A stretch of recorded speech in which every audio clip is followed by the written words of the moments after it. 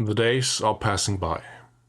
My senses, which I still have available, are sharpened, and I attempt to see with my ears.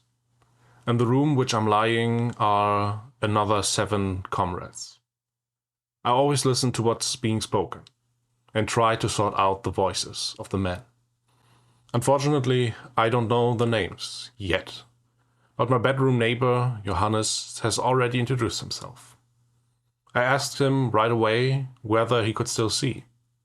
He answered that he only had one injured eye, but for the injured one it was likely hopeless. We get along quite well, and he's agreed to always read something from the Völkischer Beobachter, the People's Observer newspaper. One does have to add to this that it's always quite exaggerated, what's written there. Johannes himself always has to chuckle about the reports of the Luftwaffe and their successes. Then, when it's about the Eastern Front, I always think my part. But alright. The bad events certainly don't look good in the public press. Johannes is an airman, a non-commissioned officer in the Luftwaffe, and survived the crash of his Heinkel bomber. Yes, pilots, the masters of the air. I'm of course always thrilled over the freedom one enjoys above the clouds, like a bird flying toward the sun, while far below the landscape is passing by. There, one does not hear much about the war, and once your mission has been flown, it's going back into the warm casino at the airfield. Well, the airman's life wasn't quite so romantic, especially not at the Eastern Front, states Johannes.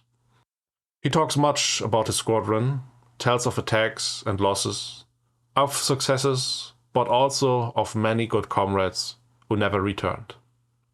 I asked how he had arrived here, but he puts me off till later to tell his story. I haven't had a lot to do with the other comrades, and the daily rounds have not yielded any great revelations. Today I was also examined again. The head robe was removed, and the doctors examined my eyes. The right eye is already improved. I can already see not just light, but also a few outlines. But with the left eye, there's nothing yet.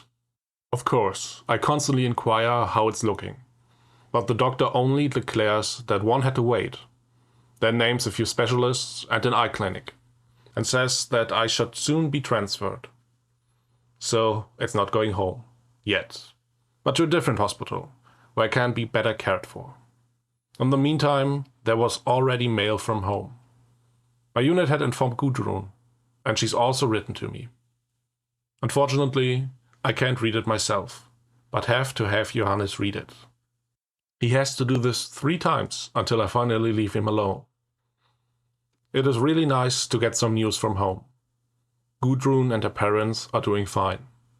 The baby is growing and thriving. And all are glad that I got back to the homeland still in one piece. The eye injury was apparently also mentioned, but not the degree of the injury. Nevertheless, I'm elated and believe that in a few weeks I will certainly be able to and allowed to travel to Hamburg.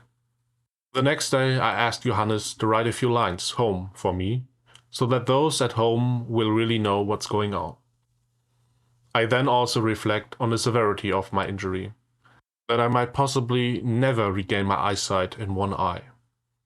When we are finished with the letter, I asked Johannes to tell me about his crash.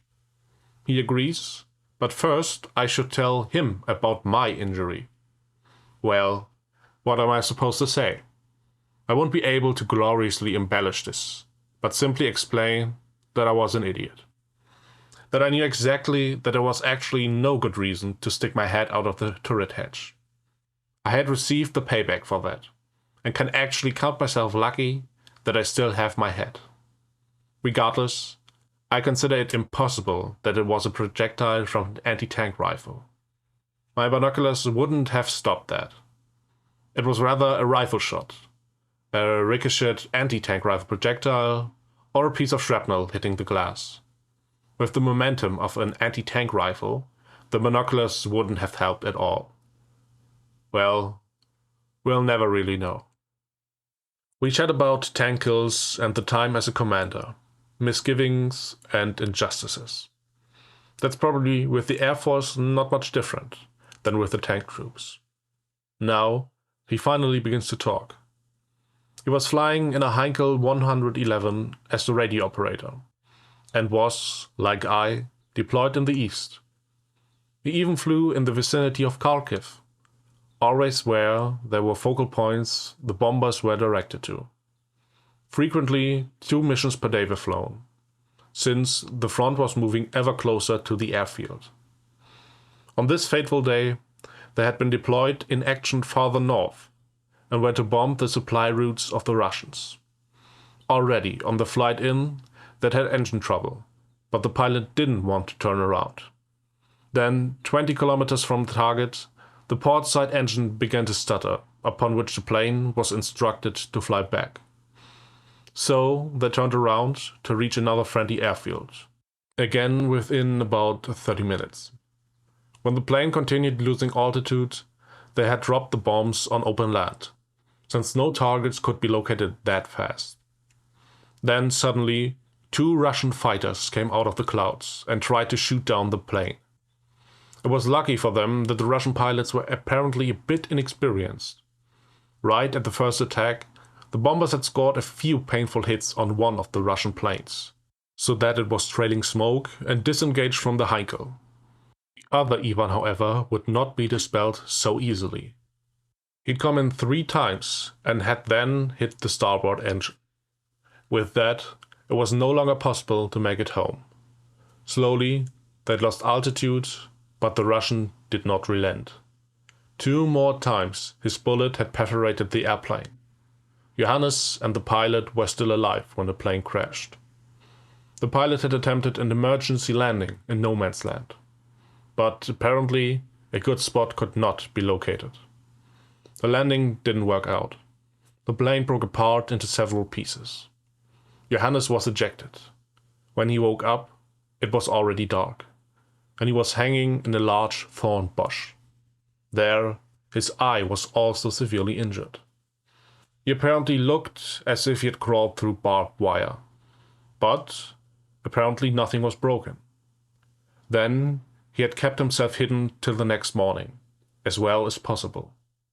Obviously, nobody had the idea to search for the plane. No one was to be seen near or far. Thus, Johannes went to the wreck of the plane and found the pilot stuck inside the cockpit. He must have been lethally injured upon the bomber's impact. He couldn't locate the other comrades. So he hurried, snatched a few items and some provisions, and tried to make his way to the west. The area was forested, so he was making good progress. His will to survive was big, and all small injuries weren't too severe that he couldn't make it. He hadn't lost a lot of blood, but everything did somehow hurt. After 2 days of march, mainly during the night, he heard engine noises from his hideout. He had hoped for Germans, but of course it was Russian trucks, which probably were driving to the front.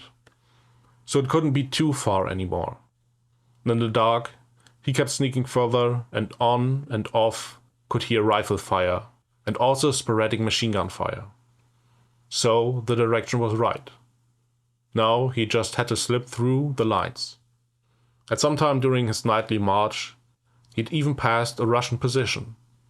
Here, mortars were brought into position and were obviously shelling the German lines. Therefore, he continued very cautiously to sneak past the Reds through the night. Then he took a break. His strength was slowly dwindling, since the sparse provisions only lasted for 1 day. The injuries, the eye, and the lack of water made themselves noticeable. He was lying in a shallow hole, resting, when fireworks suddenly set in next to him. A Russian patrol had apparently been discovered. Then a wild firefight was playing out south of his location. Illumination flares were going up, and he could recognize Germans and Russians in the turmoil of combat. As the Russians were then quickly retreating, he seized his opportunity and stormed, loudly shouting toward the German lines. A few bullets still whistled past him until he heard a German voice loudly giving the order to cease fire. A sergeant and a few common ranks had snatched him and brought him out of the line of fire of the Russians. In a shallow depression, he was first checked out closely. Quickly, it became apparent to the soldiers that they had an airman in front of them. He was then taken out of no man's land and behind the front line, and handed over to an officer. Here, he first received something to eat, and most of all, some water to drink. The lieutenant listened to the story of the crash. Later, a radio operator received instruction to report the incident. A medic was on site and bandaged his wounds. Only with the eye, he was unable to do anything.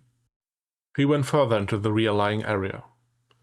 His unit had already been notified, and after one night, a non-commissioned officer from his airfield had already come to pick him up. But due to the eye injury, it had gone back to the Reich quickly, in order to see what could be done there. Well, and now he was here, but he states that probably no one would be able to patch his eye back up. We then talk about how it is to lose the comrades, so his crew. Yes, he had been sad, but the losses of the Luftwaffe were ever increasing, and comrades weren't returning from enemy missions. We talk to each other a lot these days, and I sense that both of us somehow have a lot of things in common. He asks a lot about Russian tanks and how one might be able to knock them out. I want to know how one is able with such a bomber to defend oneself against fighter planes. This way, we always have something to chat about, and it feels good to me to have conversations.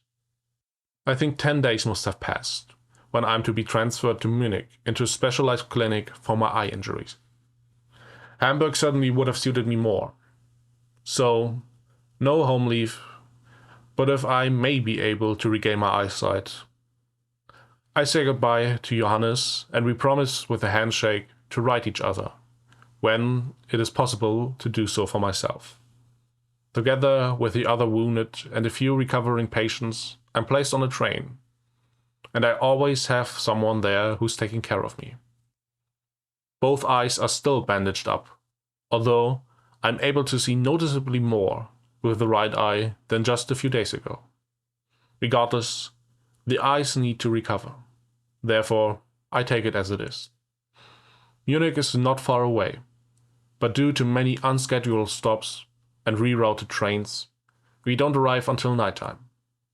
From the train, I'm placed into a car, then we rumble over to the hospital. Here I'm admitted exactly according to protocol. I'm assigned to a room, a nurse assists me with all necessities, until I then get to my bed, exhausted.